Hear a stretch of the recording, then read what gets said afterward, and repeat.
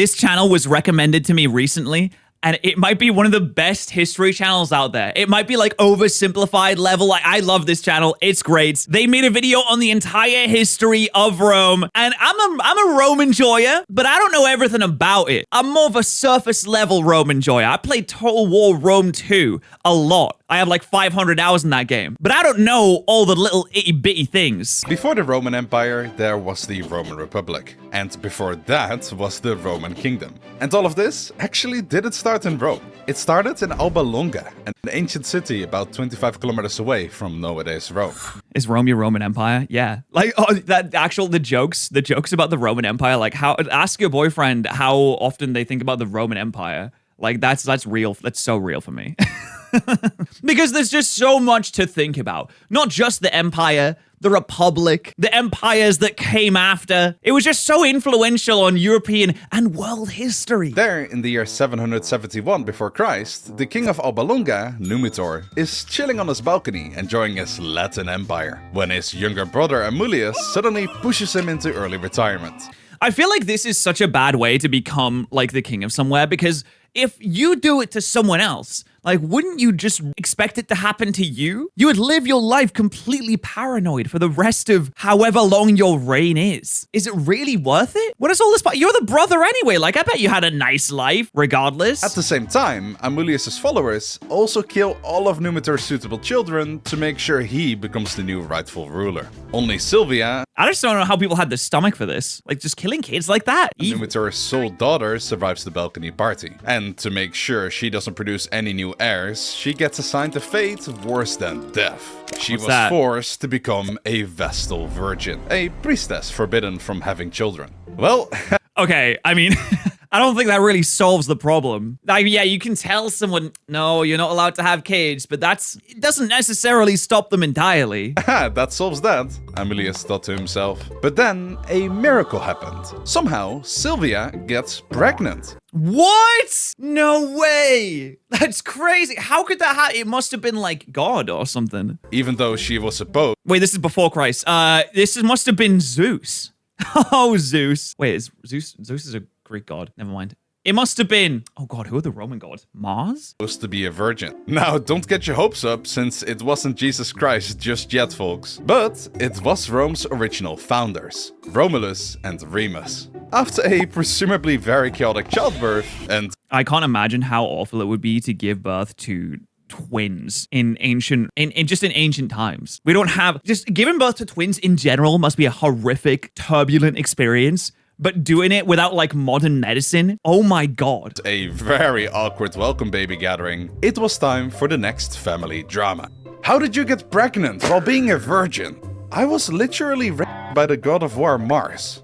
Oh, it was Mars! Well, okay, to be fair, it wasn't.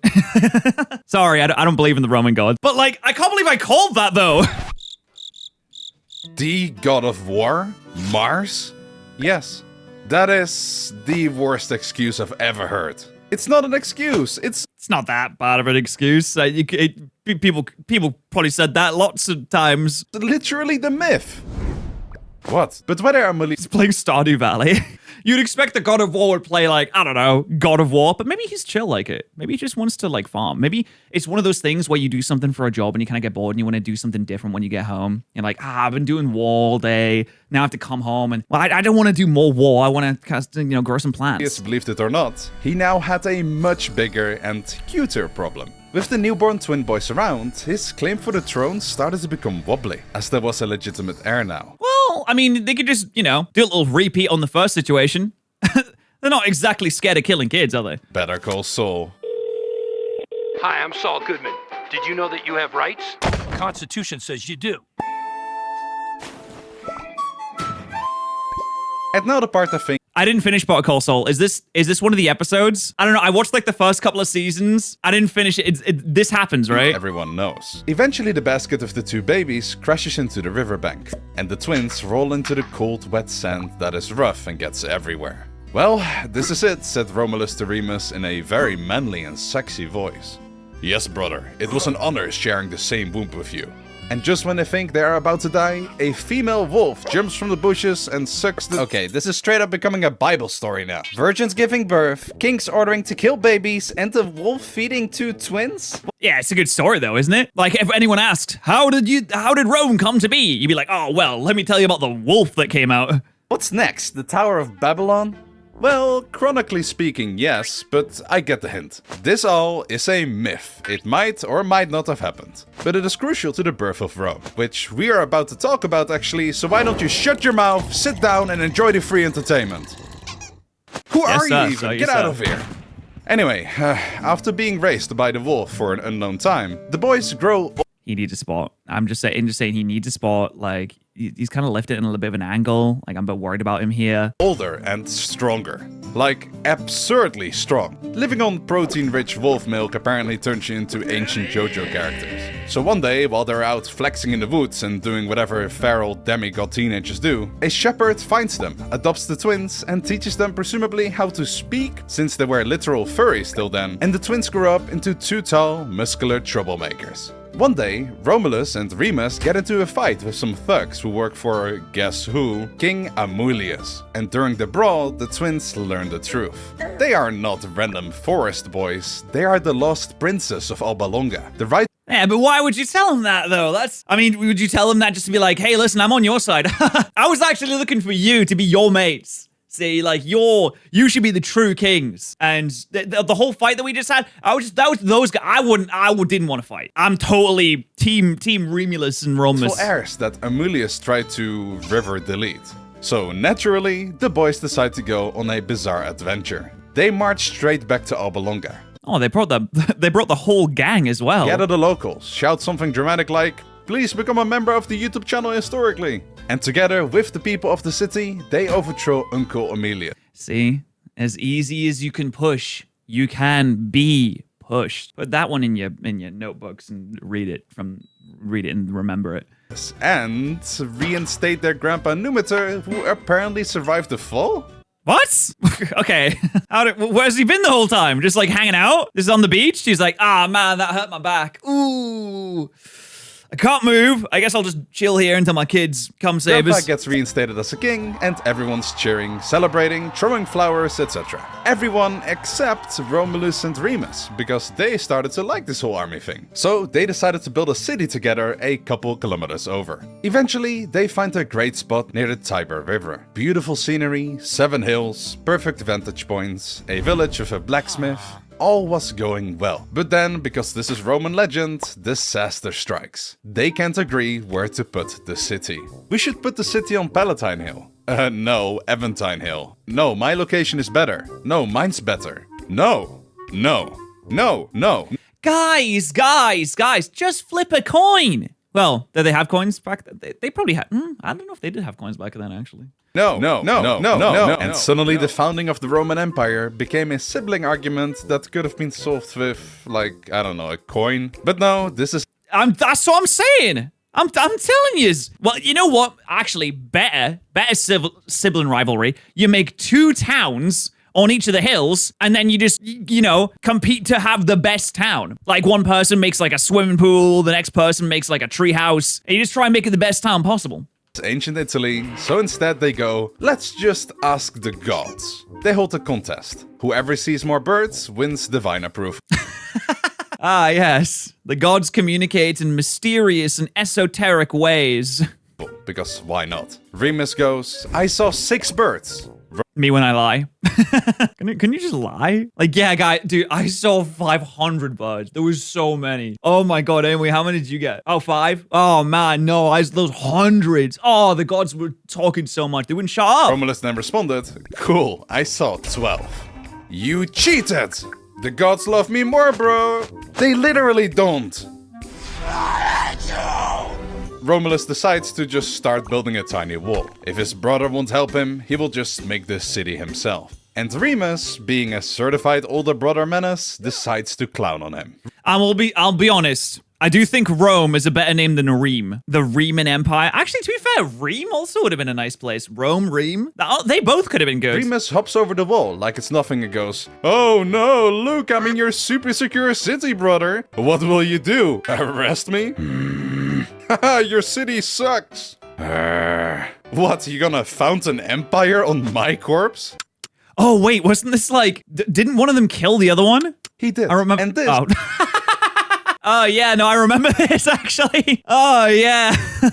I forgot one of them killed the other one. Is the start of Rome. Historically extra long facts, part 16. So Romulus is now king, right? But Rome at this point is basically a homeless camp. To attract people, Romulus calls it an asylum city. And not the medical kind, the everyone who's on the run from something, come on in kind.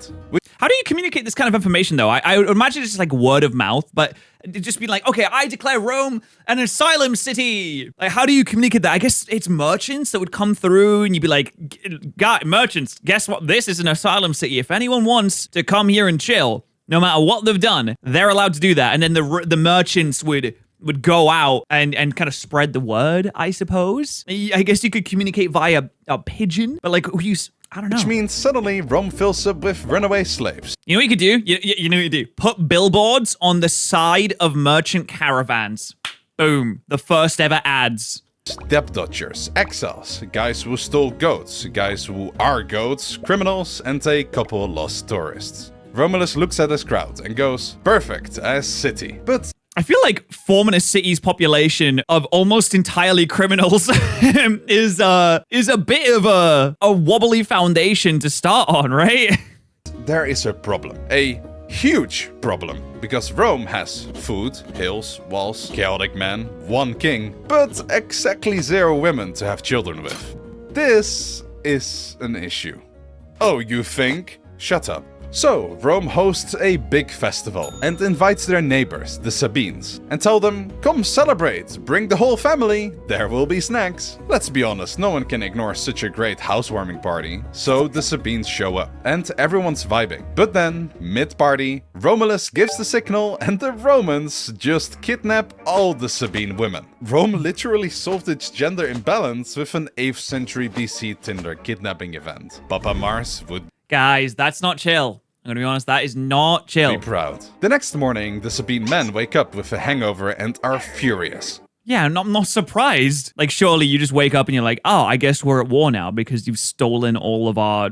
You've stolen half our population. They attack Rome, obviously, and we get the first official Roman war. Just, 3 years after the birth of the... I bet people in the comments are like, oh, actually, they didn't wear this kind of garb until way later, until the Marian reforms, which reformed the legions. Yeah, I don't think they were wearing this kind of stuff this early on. The place. Bravo. The Sabine women walk out between the armies and yell, stop! We don't want our new husbands killing our old families. Stop being stupid. Merge the kingdoms and continue your lives. And they do. Just like that. That's such a bad deal for the Sabine men, though.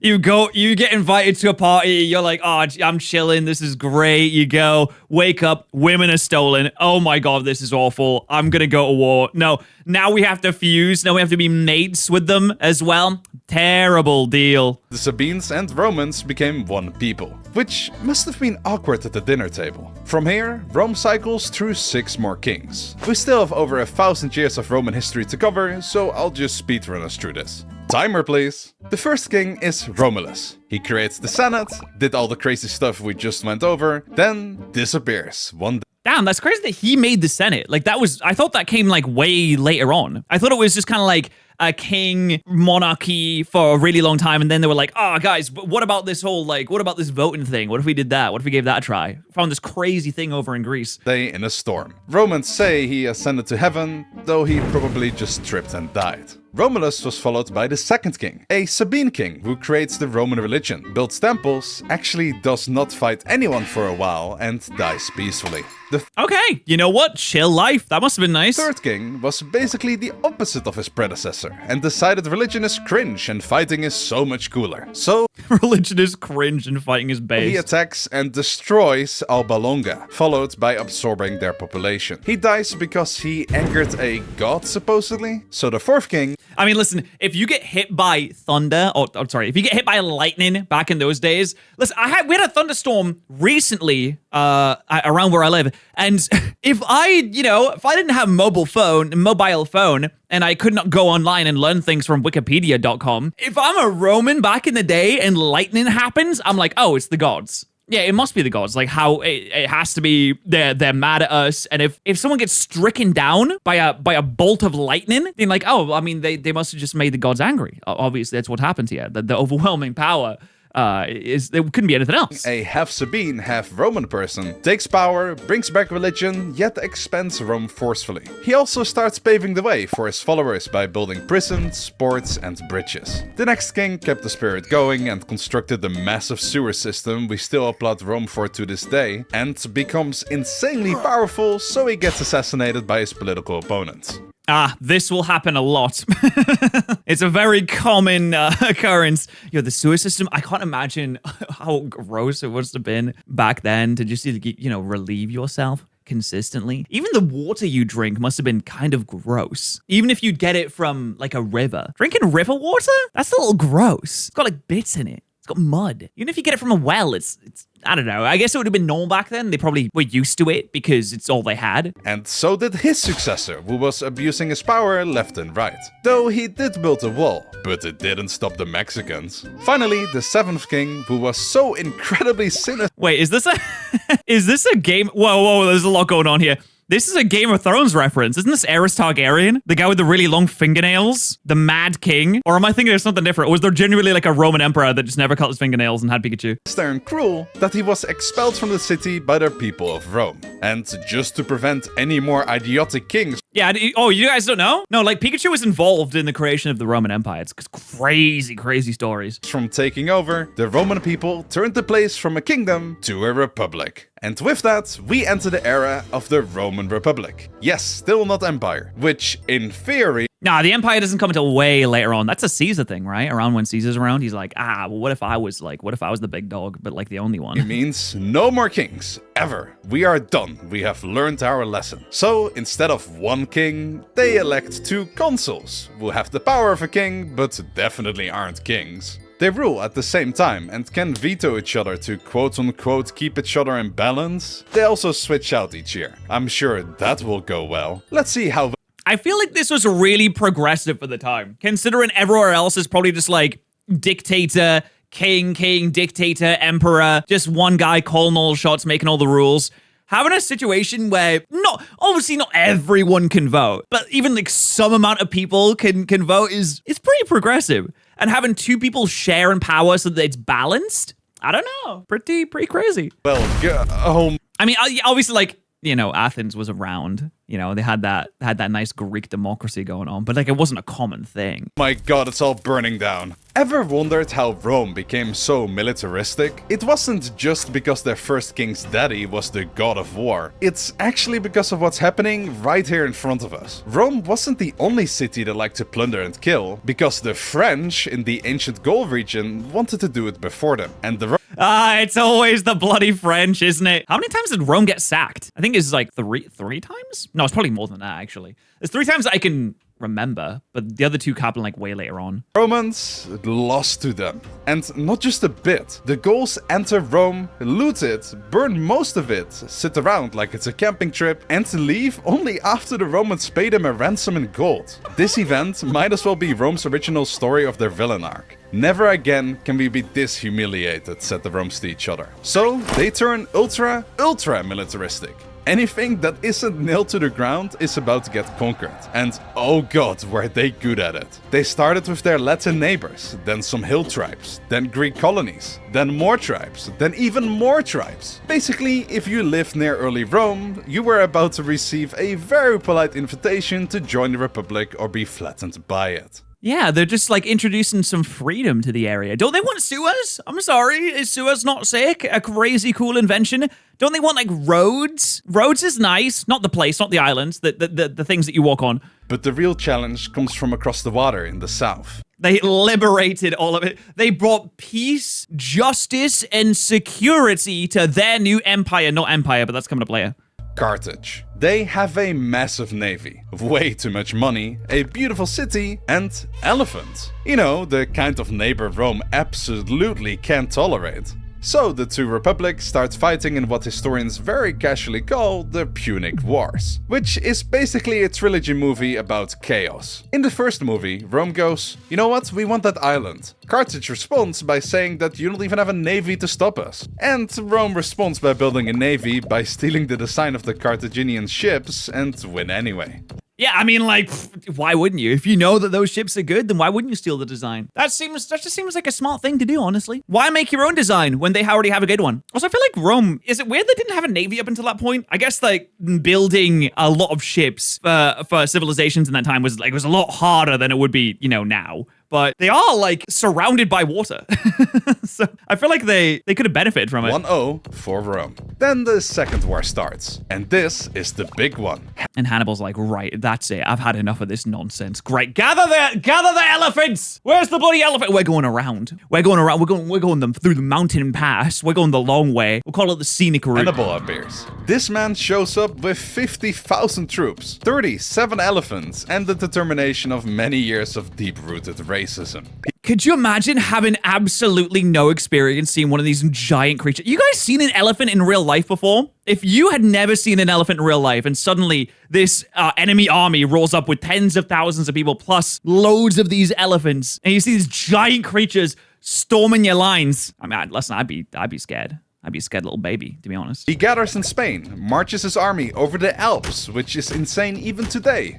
like so many people died. But you know what? Caught them by surprise though, didn't it? They did not see that one coming. And absolutely wrecks Rome for years. Rome eventually wins because they are Rome, but yeah, Hannibal made them sweat. That's 2-0 for Rome. Then... yeah, he did lose, but like the elephants are so sick. I feel like you get style points for that at the very least. The Third War is basically Rome saying, Carthage still exists, and that bothers us. So they delete the whole city from the timeline. Boom, gone. Survivals of the fittest or whatever. And it would have been cool if Carthage, like, obviously, if it didn't get burned to the ground, it would have been cool to see what it's like nowadays. How the history of Carthage progressed, how the history of like North Africa progressed after that. I don't know. I think it would have been interesting. Is a town in Texas called Carthage? Wait, that's where they went. Of course they went to Texas. They enslaved. Yeah, I wonder, like, if Carthage had won the Punic Wars, how the future of civilization would have panned out after that. Like, if Carthage wins, burns Rome to the ground, they become like the dominant power in Italy, or maybe they don't even care about Italy. Maybe they just leave it to be a bunch of like city-states. How we would have progressed from there. The whole city. And so, with their only real rival out of the way, Rome gets addicted to expansion like the British got to opium. They conquer... Why? Come on, man. Our teeth aren't that bad. Also, I mean, why does the British guy look like this? I mean, we're so always got a pint of lager there. It's all right. Also, we weren't getting addicted. I mean, maybe we got a little addicted to opium. We were just getting everyone else addicted to opium too. Spain. Why is Pat in the video? That's not me. I don't wear a monocle, okay? And I don't wear hats, all right? North Africa, Greece, Turkey, and of course, the Gaul region. Instead of going to therapy about what happened to them before, Rome literally conquered 10% of humanity, enslaved another 2%, and destroyed entire civilizations just to make sure they were strong enough to have revenge against the Gauls for what they did 330 years before. And the man who gets to deal the final blow to these Frenchies is Julius Caesar. Caesar time. I feel like there's a lot more to be said about the Republic, honestly. I feel like we missed a lot of stuff. We hit the important stuff, though. We hit the Punic Wars, man. Caesar is basically the final boss of the Roman Republic. He marches into Gaul with a relatively small army and proceeds to absolutely dismantle the place. And by dismantle, I mean defeat tribe after tribe, conquer all of France, dip into Belgium, flirt with Germany, and then casually invade Britain just to see what they taste like. Yeah, honestly, the fact that he got all the way through here, this is so much land. This is like so much of modern France. They went all the way up through here, got to the coast, and was like, hang on a second. There's something over there as well. Boys, there's something over there. Yeah, let's go. He's not like, oh, I am content now. I have France. This is great. We have so much land. We have infinite land, infinite resources. He's like, no, there's a bloody island over there. Let's go get that one as well. He comes back to Rome so powerful that the Senate becomes afraid of him. So they order him to come to Rome alone and to leave his army behind. He Hey, Caesar, yo, mate, listen, love the work, doing a great job. Can you want to like come over and not like bring any friends or anything, and no weapons, and like just like come over. We just want to chill. We just want to chat. That's all. He naturally refuses and starts marching to the capital anyway. The Senate panics and flee as Caesar enters the city with little to no resistance. But that doesn't mean Rome was his just yet. He still had to defeat the disputed leader and his allies before he can legally become, I don't know, the first dictator Rome has seen in 500 years? He fights all across the continent, boinks Cleopatra on the way because why not? And after 4 years, finally gains control of the Republic. Half the Senate likes him, the other half wants to kill him by stabbing him 23 times. Well, I hope nothing like that happens. That would be such a sad end for him if something like that happened. That is really specific that they said 23, but I hope, surely, he'll be all right. Probably die in his bed, old age, 90 years old, living a long life, happy. But is that hate justified? Well, kind of. But also absolutely not. Caesar wasn't a straight-up evil guy most people portray him as today. He was actually doing a lot of stuff that regular Romans loved. No, he was like, like he was a dictator, but like he was chilling, grew carrots. So like, what's the Fixed problem? the chaotic calendar, so months actually made sense. And it's why we now have 365 days. July is... Caesar did that? He's the guy that made the calendar? That might be like the most consequential thing that he did. The calendar, that's crazy. Literally named after him, so you're welcome. He lowered taxes, cancelled debts, expanded citizenship, rebuilt half the city, gave lands to veterans of war, regulated grain supply so poor people didn't starve, and tried to keep the army under control so rogue generals wouldn't create another civil war. Hold on a second. Wait, this guy sounds pretty nice. Can we just he could probably sort out so many of the problems nowadays too. But let's get him back in. This is the but the Senate couldn't ignore. Caesar was also absorbing every political office he possibly could. A dictator? Yep. Consul? Sure. Pontifex Maximus, aka the head priest? Why not? He's the head priest as well. Basically, the man was collecting powers like they were Pokemon cards. And the Senate, who spent 500 years being paranoid about kings, looked at this and went, oh god, he's becoming a king! So they decide to save the Republic by doing the most Republic-destroying thing possible. They murder him in the middle of a Senate meeting.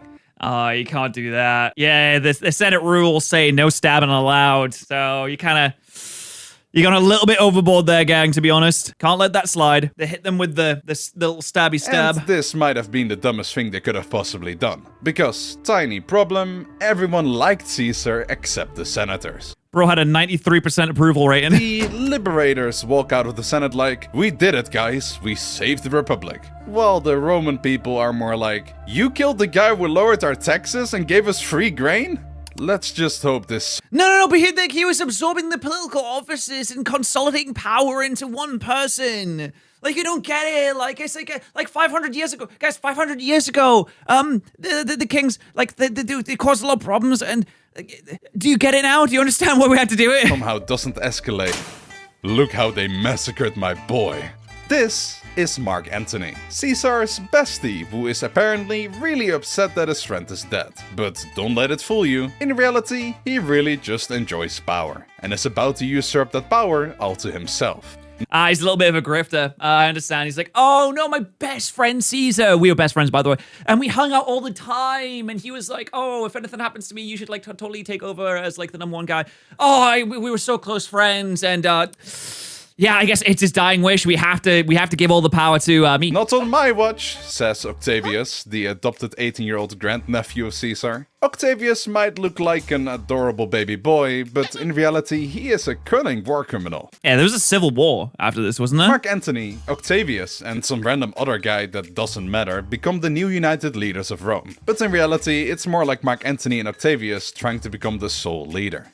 Luck has it for Octavius that Mark is a massive simp, and he too, just like Caesar, gets seduced by Cleopatra. So Mark leaves for Egypt, showers her in gifts, and Octavius sees this as the perfect opportunity to dispose of his rival. Look, he's only spending his time in Egypt with his e-girl. And guess what? He is definitely... He's just hanging out with his Discord kitten, buying Discord Nitro for her. Whereas I'm here trying to figure things out. planning to move the capital from Rome to Alexandria. We should depose of him. It was a blatant lie, but the Romans believed it. They attack Egypt, defeat... Wait. You're telling me that someone would just like straight up lie in order to gain political power? What? Oh, it's a good thing that stopped and it doesn't happen anymore. The Egyptians, and the love couple takes the easy way out to avoid being humiliated in Rome. That leaves Octavius as the sole ruler. He blatantly steals the plot of the good Star Wars movies because he declares himself first citizen, or imperator, and usurps all the power to himself. Finally, by the Senate, or whatever is left of it after a campaign of revenge and bloodshed for what a few of them did to Caesar, he is named Augustus, which means... Oh man, it's a good thing we killed Caesar. Everything went better after that. Just like how things will go better for you if you use code Patterrz at GamerSubs to save on your delicious caffeinated or caffeine-free beverages. And it's not just that. They have an AFK sleep support. They have Gamerade, which has creatine inside of it in case you're a little bit of a gym goer. They have wonderful waifu cups. They have a card game, Pixel Cups merchandise. They got so much, and you can use code Patterrz to save. Fancy things. And since this day, in the year 27 before Christ, yes, all of this happened before the man himself even spawned in, the Roman Empire is officially born. Or wait, I mean, Empire is officially born. Man, I'm getting hungry. We're at the halfway point now, so best to take a short break. Do you want pizza? Okay. No, like, literally, I have $500 worth of Dominus pizza codes to give away. 500 Dilla? Freecash.com. Free Cash is a free cash. where you Wait, can how is earn it that? real money by playing I feel like the mobile last games, two videos I answering reacted surveys, to and both completing had simple a sponsor. offers. You just pick an offer. This sponsor. Games because And I've literally never heard of them getting paid to before, play. and it's just You weird that download it happened play twice for in a bit, row. And as soon as you hit the goals, the money shows up right here. If you sign up using 10 my link or euros? QR code, you will get a $10 bonus when you start your first offer. The more offers you complete, the more rewards you unlock. So it usually stacks over time. And just like you can complete tasks for cash, here's a task for you to be eligible to win free pizza. Freecash.com is giving away 10 times $50 worth of Domino's pizza, and all you gotta do to be eligible to win is sign up using the link below. And that's it. It is only for US-based viewers though, and additionally you have 30 days from when this video goes live to enter the giveaway, and 10 days after the deadline I will So you're telling me no free pizza then? with a community post. So No make free sure to press pizza for the bell poor button as Brits well. out here. Thanks And also everyone else who doesn't live in to America. get to freecash.com for feeding the needy and sponsoring this video. All roads lead to Rome, which is actually true, unless you live in any of these continents. But why? Well, I mean, can't you... I think because you can say you live in like South Africa, you can go. Isn't there a road? I think there's a road that connects like Alaska to Russia. Is that dumb? Is there a road? I swear there's like you could like drive all across the world unless there's like one part that you can't. Why do they lead Did I call it South Africa? Sorry, I meant South America. Sorry. My bad. to Rome? Well, that is because Rome, in its empire phase, started to learn how to stabilize instead of endlessly expanding, like for example the Mongols used to do. That is also why their empire fell apart so quickly, while Rome managed to survive way longer. Anyway, eyes on me please, as we continue our story as we enter Rome's golden age. Rome has become very quickly a fully centralized empire, and Augustus, the first emperor, is the reason it doesn't immediately collapse again. The key thing to understand about Augustus is that he is not trying to be impressive, he is trying to be permanent, and because of that, he might be the single greatest emperor to ever exist. He knows exactly why the Republic failed. It wasn't because Rome lacked laws or values or tradition. It failed because the army stopped belonging to the state and started belonging to individual men. Every civil war, from Marius to Sulla to Caesar, followed the same pattern. Soldiers fought for generals, not for Rome. So Augustus So we need less famous people. We need nobody to be famous. fixes that first. He turns the Roman army into a professional standing force. No more temporary legions raised for single wars. Soldiers now enlist for roughly 20 years. They receive regular Yeah, now we got the proper legionaries. No more Hastati. Oh, I actually don't know if that's how it works. In Rome Total War 2, when you go through the reforms, you lose like Astati and Triarii and all that, and you get like just legionaries. I don't know if that's how it works in history. It's just how it works in the game that I played. from the state. Would you be a legionnaire? I mean, I guess like there's not really many jobs that you could do. You could be like a farmer. You could be like an artisan. You could be a politician. There's no like YouTubers back in the day. I guess you could be an entertainer. What kind of entertainer? There wasn't clowns back then. Standardized equipment and a guarantee retirement package. Land grants come from the government, not from a general promising rewards if his rebellion succeeds. This one change alone removes the main fuel for a civil war. Augustus also limits how much military power any single governor can control. Provinces with large armies are separated from provinces with large wealth. No one gets both. Generals are rotated, commands are time limited, and loyalty flows upwards, not sideways. Rome now maintains around 25 to 30 legions.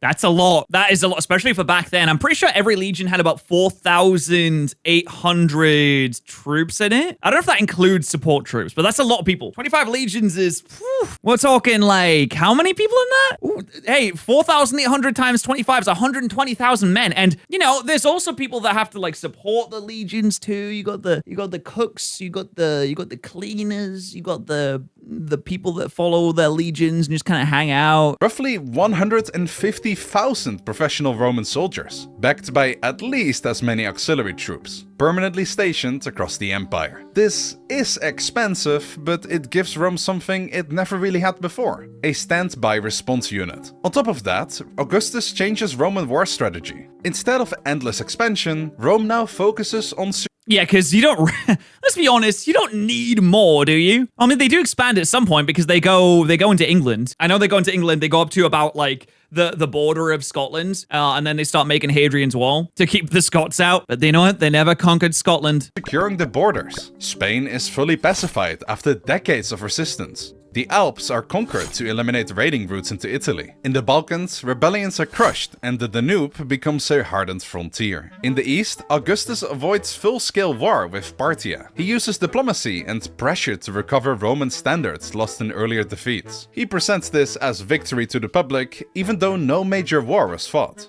London was founded by Romans. Londinium? I think so. I don't remember exactly when, but yeah, I think so. I know that the town that I grew up in was like founded in like 900 AD. So I don't think it was, I don't think it was a Roman town, but it was pretty freaking close. Shows how the emperor really I guess, well, when did the Roman Empire really fall apart? It was like 400 AD or something like that off the top of my head. I can't remember. Oh, like 476 AD. Hey, but the Byzantines chilled for another 1,000 years after that. pressed to keep the empire alive. But that doesn't mean the wars stop. Along the Rhine and Danube, Roman legions are constantly active. Forts are built every few kilometers. Roads connect them so troops can move quickly. These regions were anything but peaceful, and because of that, it actually had soldiers living there permanently. In 9 AD, 3 Roman legions march into Germania under the general Varus. They are ambushed by Germanic forces led by Arminius, a former Roman ally trained in Roman warfare. The legions are wiped out almost completely in the Teutoburg forest. Oh, I was going to ask if that was that one forest. I think that's the one, isn't that the famous quote where the emperor's like, "Give me back my legions! Where are they?" Mind you, that is 20,000 professional soldiers, dead just like that. How could a general fumble so badly? Well, let's take a look at the traitor, Arminius. Arminius knows Rome better than most Romans do. He grew up around them, served in their army, earned their trust, and learned exactly how legions move, fight, and think. He knows their discipline, he knows their confidence, and most importantly, he knows their biggest weakness. Romans assume everyone wants to become Roman. But back home, where Arminius is from, Germania, Roman rule doesn't feel like order, it feels more like suffocation. Roman courts replace local customs. Roman law overrides tribal authority. Taxes are imposed, obedience is expected. What Rome calls civilization, Arminius sees as the slow erasure of everything his people are. To him, Germania isn't being conquered by the sword anymore, it's being absorbed quietly, permanently. And Arminius understands that once Rome finishes that process, resistance will be impossible. So he decides this is the moment. He doesn't rebel openly. That would fail immediately. Instead, he stays loyal on the surface. To Varus, Arminius is the perfect Roman ally. Calm, cooperative, warning him about small uprisings that supposedly need to be dealt with. He convinces Varus that Germania is already under control, that this— Oh yeah, no, dude, we love Rome and Germania. We love them so much. Actually, we have this really cool forest that we want to show you guys because we love you so much, actually. So you should, like, we want to show everyone this forest. Like, it's such a cool forest. You guys should come hang out in it. Walk through it, lower your guard because, you know, nothing bad will ever happen because we love you so much. And, you know, we'll take care of everything. We got like picnics, we got beer, got like dried meat. Huh. Don't bring any armor, you know. whole operation is just going to be a routine cleanup. Varus believes him. The legions move as if they are on administrative duty, not a military campaign. Yeah, we're just chilling, we're just hanging out, you know? I'm sure nothing crazy will happen. They march stretched out, hauling wagons, supplies, and even civilians through terrain they don't understand. Forests close in, roads disappear, rain turns the paths into mud. This is no place for Roman formations, and Arminius knows it. Then the attacks begin. Not a battle, a slaughter. Germanic fighters strike from the forest, disappear when the Romans try to It's just like, oh man, I just got freaking shot in the eyeball. What the heck even? I like how they even animated the eye to be on the end of the arrow here. I was like, freaking Jesus Christ, no, I only have one. respond, and then strike again, harder. Because the legions are strung out for kilometers in narrow terrain, units can't form up and orders don't travel. Roman discipline still exists, but there is nothing to apply it to. Rome is used to fighting on open ground, one army facing another, not conga lining through the dense forest while being dismantled. It's pretty much the perfect way to take them out. Is the guy knew exactly what Roman legions were good at and was like, let's flip it on its head. Let's do some guerrilla warfare. Let's put them in a place they don't know, where they can't do all the things they usually would to win battles, and then just it's like shooting fish in a barrel. Piece by piece, Varus hears reports of attacks, but doesn't react decisively. He hesitates, assuming it's just minor banditry causing delays. He keeps pushing forward, believing the situation can still be managed, but it can't. Over several days, the army collapses. Units are isolated, officers are killed. Dude, having 1/6 of your entire empire's army just annihilated in a few days. Holy. Could you imagine? I can't even imagine like a modern comparison that you could make. Because I don't even think in the world wars anything of that magnitude happened. It's way too much of a percentage in a few days. D-Day? No, I don't think D-Day was, I mean, it was big in terms of like the Allies getting a foothold in France and pushing back against the Germans. But like the German army didn't like disintegrate immediately in a few days and just like, oh, like 20% of them were just gone immediately. That's so many. By the time Varus realizes this isn't unrest but a full betrayal, there is no army left to save. More than 20,000 career soldiers are dead because of his blindness. Varus takes his own life rather than return to Rome as the man who lost 3 legions without ever fighting a proper battle. Yeah, I mean, like at that point, there's nothing you can really do. 3 legions? That's tough. I guess it wasn't a 6th. 3 legions out of 25 isn't a 6th, but still, like, that's so many. That's over a 10th at the very least. It's like 12%. The Germanic tribes, Rome's barbarians, slip out of Roman control, thanks almost entirely to Arminius. The legions number 17, 18, and 19 are never used again, forever locked away with Rome's unresolved traumas. More importantly, because of this, Roman policy changes permanently. Augustus abandons the idea of conquering Germania. The Rhine becomes the frontier. Rome stops pushing outward and commits fully to defense. This decision defines the empire's borders for centuries. It was time for solidifying ground, and making sure no silly little man would start a world religion. Spoilers. When Augustus dies in 14 AD, he leaves behind something unprecedented. A Roman state that is stable, defensible, and no longer tearing itself apart. His actions single-handedly were the foundation of the Golden Age. Now, before we continue with emperors and wars, it's worth stopping for a moment and looking at what living in the peak of Rome's golden era was really like. Yeah, I always wondered what it was like for like just your average day. I imagine it's probably not super interesting day by day. Like even traveling to other places would take months and months at a time. But like, what's your average day? You wake up, you don't know exactly what time it is because you just got like the sun in the sky to go off of. And I suppose most people go and work on the farms. Like, if you're actually inside of the city, what's the average job for someone, like, inside of the city? Because you're not really farming inside of the city. You probably could grow some stuff in there, but what are most people doing? Because I think, like, Rome, at its peak in the empire, had a population of, like, 1 million. Or is that crazy? That might be crazy. Yeah, like, 1 million people. And then it, like, went way down to, like, 12K, which is insane. But, like, what were people doing the entire time? What's your day-to-day? For the average Roman citizen living inside the empire, especially in Italy, yeah, just like specifically the city. Like if you're one of the 1 million people living inside of the city, what are you doing on an average day? or a major province, life is structured in a way that is rare for the ancient world. Cities have paved roads, stone buildings, aqueducts, public baths, markets, courts, and written laws. Grain distributions keep large populations fed. Trade moves freely across thousands of kilometers. Most people are not wealthy, many live modestly, and slavery is widespread and brutal. But there is stability. If you are inside the empire, you live within a system that absorbs shocks. Famine, crime, and violence exist, but there is an administration to respond to them. Now, compare all of that to the average person outside of the empire, often labeled a barbarian by Roman writers. Most of these societies are rural and decentralized. Political authority depends on the person. There are no standing armies, no long-distance infrastructure networks, no permanent... It's crazy how different Rome was to like everywhere else in the world. Bureaucracies. Life is harder, but more flexible. Taxes are lower, but protection is taxes are lower?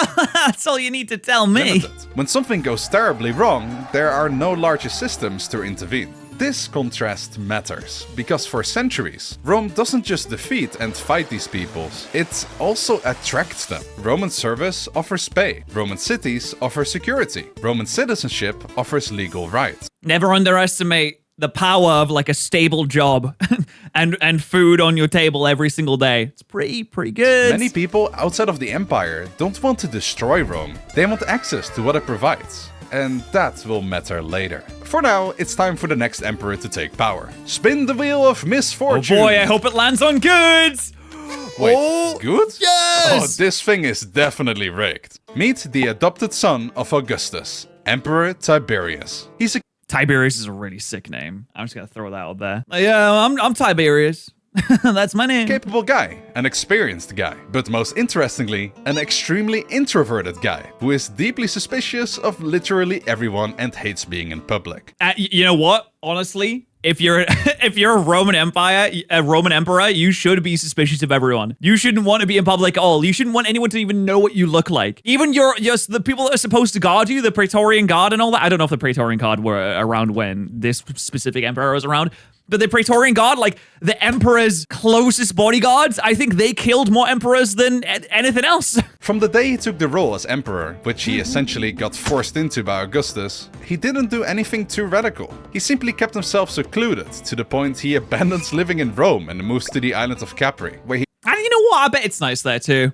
I bet it's chill. I feel like it would be hard to administrate an empire from just like a little island back in the days before, you know, phones and all that though. He reigned the empire from there. That was a little bit of a mistake, since there was no one in Rome anymore to enforce orders directly. So someone just comes and sits down and they're like, I guess I'm the emperor now because I'm in the emperor seat. Though it did come in handy for the Praetorian Guard, who were originally created by Augustus as an elite protective unit. These soldiers are heavily armed, permanently stationed in Rome, and loyal not to the state, but to the emperor personally. Ah, yeah. yeah, that went really well. Like, imagine the Secret Service in America was just, like, constantly shooting the president in the face. Like, it's just constantly. Problem is, with Emperor Tiberius living on an island, the Praetorian Guard commander becomes one of the most powerful men in the city. He controls access to the emperor, filters information, and increasingly influences decisions. Behind the curtains of Rome, power is no longer flowing through institutions, and the Senate is always seen as a joke. The never-ending corruption has begun. Meanwhile, in the far province of Judea, a local religious figure named Jesus of Nazareth is arrested by local authorities and handed over to the Roman administration. I'm sure nothing big will happen. Nothing big will come from that. You know, just like a little thing happening in the corner of the empire. Probably nothing huge. He's executed for causing unrest and refusing to acknowledge Roman authority in the way expected of him. And that was the end of that, and everybody moved on. The execution is routine, and crucifixion is standard Roman punishment. As far as the empire is concerned, this all is a minor provincial matter. Barely even worth recording, and Rome moves on. When Emperor Tiberius eventually dies in 37 AD, the balance of power inside Rome was already distorted. He slipped on a banana peel. The Praetorian Guard actively starts playing a key role in ensuring the next emperor supports their wishes and desires. They choose Caligula, a great-grandson of Emperor Augustus. At first, he does what they expect him. Okay, Caligula is like a way. Oh, there's just so much less aura in the name compared to Tiberius. I get it. You know what? If we go from Emperor Tiberius to Emperor Caligula, I'm just like, oh well, it's just not as good. I automatically just have less respect for them as soon as they come in. It's a long story short, because I don't want to cover all 90 emperors Rome had in full detail. Emperor Caligula gets a bit too cocky, so the Praetorian Guard simply killed the emperor. Yep. Yeah, that'll happen. That'll happen sometimes. And on the spot, immediately select a replacement themselves. They find Caligula. I mean, what did this one of the worst guys ever? What did Caligula? He had a brief 4-year reign. Yes, he's known for extreme cruelty, megalomania, and bizarre antics, such as declaring war on the sea and making his horse a consul. Well, I mean, he could have been worse. You know, he could have. He did that in 4 years? Oh, he was a busy boy. His uncle, Claudius, and declare him the new emperor. Needless to say, declaring war on the sea. I don't know, if I'm like in a situation where I almost drown, and I'm like, oh god, I almost drowned. Yeah, maybe I declare war on the sea. Like, maybe I do that. Rome has now crossed yet another line. The emperor is no longer chosen by tradition, legitimacy, or public consensus. Now, the emperor is chosen by, who does the Praetorian Guard like today? And maybe they'll kill them in a week or two, I don't know. He is chosen by the soldiers standing closest to him. Wasn't there 1 year that had like 3 different emperors or 4 different emperors? Emperor Claudius turns out to be more competent than expected, since he expands the empire, strengthens administration, and keeps the system functioning. But the precedent remains. Everyone now understands that the Praetorian Guard is not just a protective force, it's the ruling force. After Claudius. Yeah, and the thing is, like, you can't even do anything about it, because they're the emperor's bodyguards. But like, once an emperor gets in, he's like, what is he gonna do? Is he gonna disband the Praetorian Guard? They're just gonna kill him immediately if they try and do that. If you try and like move against them, they're just gonna insta-gib you. So like, what can you even do in that situation? You need to have like another personal force that is specifically loyal to you that you could use to oust the Praetorian Guard. But then how do you even trust them to be on your side? You can't trust anyone. And that's why you should never ever try and be emperor, because it is a cursed seat that causes nothing but insane people to be attracted to it, and a very early grave. Yes. Power passes to Augustus's great-great-grandson, Nero. Nero is obsessed with personal image, and to yeah, he's the guy with all the busts, right? This guy loves a bust. Oh, he does. Careless about his power. He's basically the complete opposite of the legendary first emperor. He caused rebellions, a financial collapse, and half of Rome burned down during his reign. The Senate. Yeah, but like, yeah, we had some cool busts though. And the army lose confidence in him. And those who actually matter if they support you or not, the Praetorian Guard, ended up also giving up their support. Which basically means your time is up. Nero flees Rome, and as it's clear he's going to get arrested and executed, he takes his own life. And with Nero's passing in the year 68, we not only end the Julius Caesar dynasty reign, but also end in the very chaotic year of 69. Very nice. Also known as the year of the 4 emperor. Okay, it was 4. Like, come on, what are we doing at this point? I feel like at that point, if you have a year of 4 emperors, you're just like, okay, clearly this isn't working. We should maybe transition into some other form of governance here, because this is not working out. 4 men claim and sit on the throne in a single year. Not because they are great leaders, but because different armies across the empire back different candidates. One emperor gets murdered, another one gets overthrown, another rules for a few months. Civil war breaks out across the entire empire. Legions that were supposed to defend borders are now actively marching on each other. Eventually, one man wins. Yeah, doesn't the guy, I'm pretty sure the guy that actually like is the emperor after that year is like pretty chill. Or am I misremembering this? Vespasian. Not because he is charismatic, not because he is loved, but because he has the strongest army. He restores order, mostly by force, and hands the empire to his sons afterwards. So yay, Rome survives. But now everyone yet again knows the truth about emperor legitimacy. Because if you control the army, you control Rome, no matter how bad of a leader you are. Naturally, for the next century, emperors rise and drop dead like flies every other week. It is extremely chaotic, and not that interesting because it just comes down to this emperor bad. he gets killed. This emperor a bit better, but the Praetorian Guard don't like him, so he is also killed, etc, etc, etc. So just to summarize the next century, here are a couple highlights. In the year 117, under Emperor Trajan, the Roman Empire reaches its historical peak, with the capture of what is nowadays Romania, Jordan and Armenia. And also, like the rest of England, right? I mean, that's also important. England's an important place. 193 AD, the Praetorian Guard, who are, yes, still in power even 200 years later, literally sell the title of emperor to the highest bidder. Sell? Why though? Why would you even want to buy it? Like, I know that rich people always want more power, but like, it's a terrible position to be in. Emperor Julianus. Anyone that wants to be the emperor should not be the emperor. All right, guys. Ended up reigning for just 66 days until he got 66 days. Yeah, I bought the emperor's seat for 2 months. Executed in the palace by another general, aka the next emperor. And in the beginning of the 3rd century, Christianity started to spread like crazy, and that was annoying for the Roman elite. Do you guys know the meme of like the British granny that's like, what? Another one? Oh, it's really big in the UK. This clip here. You're joking. Not another one? Oh, for God's sake, I can't stand this. Could you imagine? I imagine this is what all the old Roman grannies were like when they heard like, oh, there's a new emperor. Another one?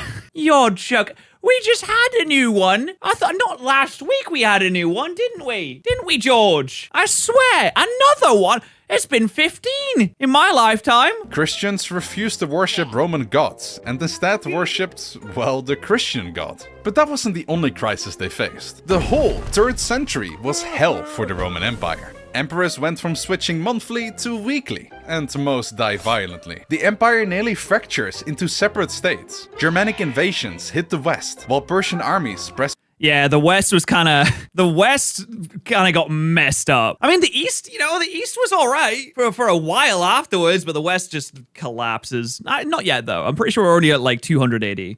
From the east. Meanwhile, massive plagues tear through cities, and hyperinflation destroys the economy. Sounds like 2020 all over again. I can't make it clear enough. It was a chaotic mess. And eventually, one emperor accepts the obvious. The empire is just too big, too unstable, too complex to be ruled the old way. So he makes a radical change. He chops the empire into pieces. He creates the Tetrarchy, the rule of 4. 2 senior emperors. Oh, there was 4? I thought it got split into East and West. 2 juniors. And on top of that, emperors now live in border cities to be close to the action. And Rome literally... Wow, that is pretty radical. But you know what? They had to do something. It gets abandoned just like that. It's still there, but the power of the empire is now at the front among 4 of them. After that genius emperor retires to grow cabbages, yes, he really did, the rule of 4 turns into a battle royale. Who would have guessed? The rule of 4 sounds like something the Sith was inspired by. Isn't it called the rule of 2 or something like that in Star Wars?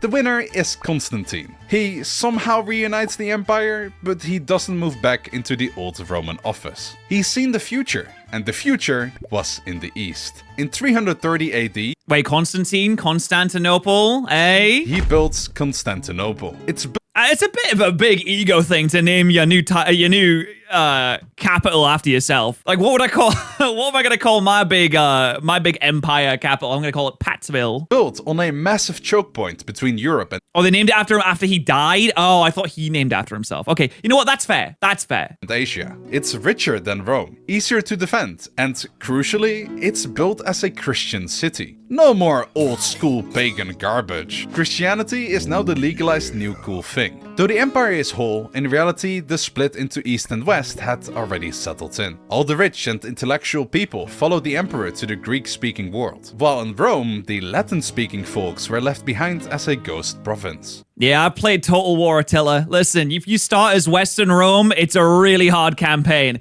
Everything's falling apart. Everyone's unhappy. You've got no money. You've got no army. Everybody's rebelling all over the place. Like, you're gonna lose Britain so quick. You're gonna lose Germany so quick. Honestly, the best thing you can do is consolidate all your power in Italy and then try and expand afterwards. But it's a tough campaign.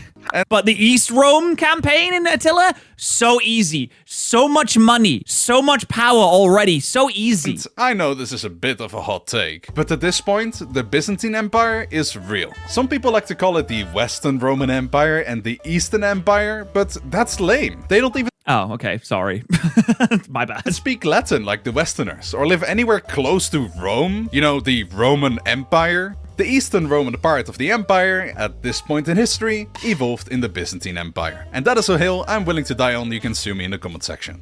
Anyway, if you don't think that is when the Byzantine Empire started, this moment might have, because the split between East and West became finalized when an emperor who died in 395 AD split his empire between his two sons. Classic mistake. And both administrations immediately ceased working together. Rome is officially no longer Rome. By the early 5th century, the non-Byzantine, aka Western Roman Empire, is laughably weak, and often ruled by foreign kings. It was time to put it out of its misery. It was time... Is that Hatsune Miku?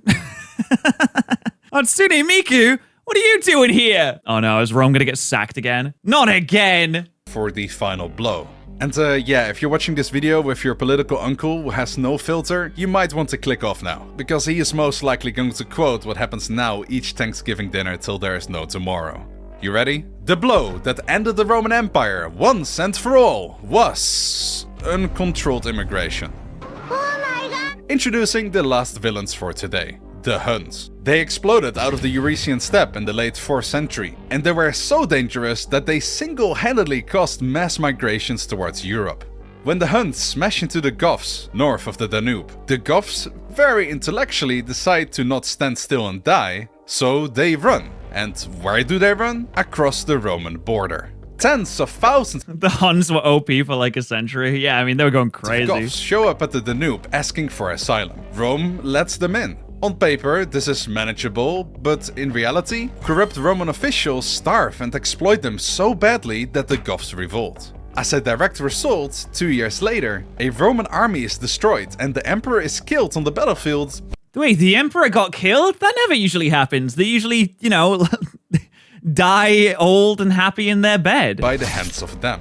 That moment is important because after the events of Adrianople, everyone learned something Rome never wanted to teach. If you bring a whole nation into your borders and you can't control them, you are not integrating them, you are just importing your future civil war. Well, didn't they say that they, like, mistreated them really badly? So the Western Roman Empire starts doing what it will keep doing until it dies. Making deals with armed groups it can't defeat. Here's some land. Because they got no money left, everybody's upset, there's no bloody food. Please just stop no money, no armies. I'm surprised it hadn't already collapsed by this point, honestly. burning us. It calms them for a bit, but greed can never be satisfied. And no, it doesn't stop with the Goths. Once the border breaks psychologically, the chain reaction begins. More groups move. Some are fleeing the Huns, some are just following opportunity. The Vandals go on a rampage across the west and eventually take North Africa. The Saxons go to the England. I guess it's not England at that point, and then become the Anglo-Saxons. Wait, I think it was a different group called the Angles and one called the Saxons, and then they became the Anglo-Saxons, which aren't actually the natives of England. Which is But then just kind of like took over. And then the Vikings come, and then they cause a whole thing. I mean, you could make a whole video on the history of England. And you know what? Maybe we will one day react to a video on the history of England, because I think it's also really cool. catastrophic. Because North Africa is where the West gets grain and money. Lose Africa, lose Texas. Lose Texas, lose soldiers. Lose soldiers? Yeah, good luck. I'm saying just burn everything else, you know, we don't care about anything else. Just consolidate in Italy. In 410, the Visigoths return from last video and sack Rome. Not because Rome is militarily important, but because it's really funny. Then once the Huns are defeated, Rome the city gets sacked again in 455, because why not? Yeah, it's tough. I mean, there's like nothing left there at that point. They're just doing it for fun at that point. And by 476, when the last Roman emperor, Romulus Augustulus, who has literally the most ironic name for this moment, since he is both named Romulus, the name of the founder of Rome, and Augustulus, named after the first emperor. Anyway, yeah, he basically got politely asked by his Germanic commander to stop being emperor, and then the Roman Empire is dead. Yeah, sorry guys, no epic final battle or anything, just emperor fatigue. Now, to be realistic I mean, it lasted a long time, though. Hundreds and hundreds of years. about the Eastern and Western Roman divide, the term Byzantine is made up by modern historians. So if you asked everyone back then if the Roman Empire is really dead, they would probably say, no dumbass, it's right there. No, idiot. Constantinople is right there. This video is long enough already, and my pizza is getting cold. If you really want to know what happened to them, the Eastern Roman Byzantines survived for a whopping 1,000 additional years. And that is crazy. fought like And yeah, they did like, didn't they do like a reconquering? They were like, we need to go back. We need to get the gang back together. crazy to survive. They slowly lost more and more territory to Persians, Arabs, Crusaders, and finally to the first And then eventually they became the Ottomans? The Ottoman Empire? Ottomans, till only the city of Constantinople remained. In 1453, the city falls, gets turned from Christian to Muslim, and with it, the last state that still calls itself Roman fell. Yes, I just skipped 1,000 years of interesting things, but I will make a Byzantine Empire video one day to explain it all in more detail. So, subscribe, because Yeah, Byzantium. I mean, if you think about it, 1,000 years, that's longer than the Roman Empire was, right? Like, there's probably crazy stuff that happened in there. But that was the history of Rome. Like I said, you should absolutely subscribe to Historically, 100%.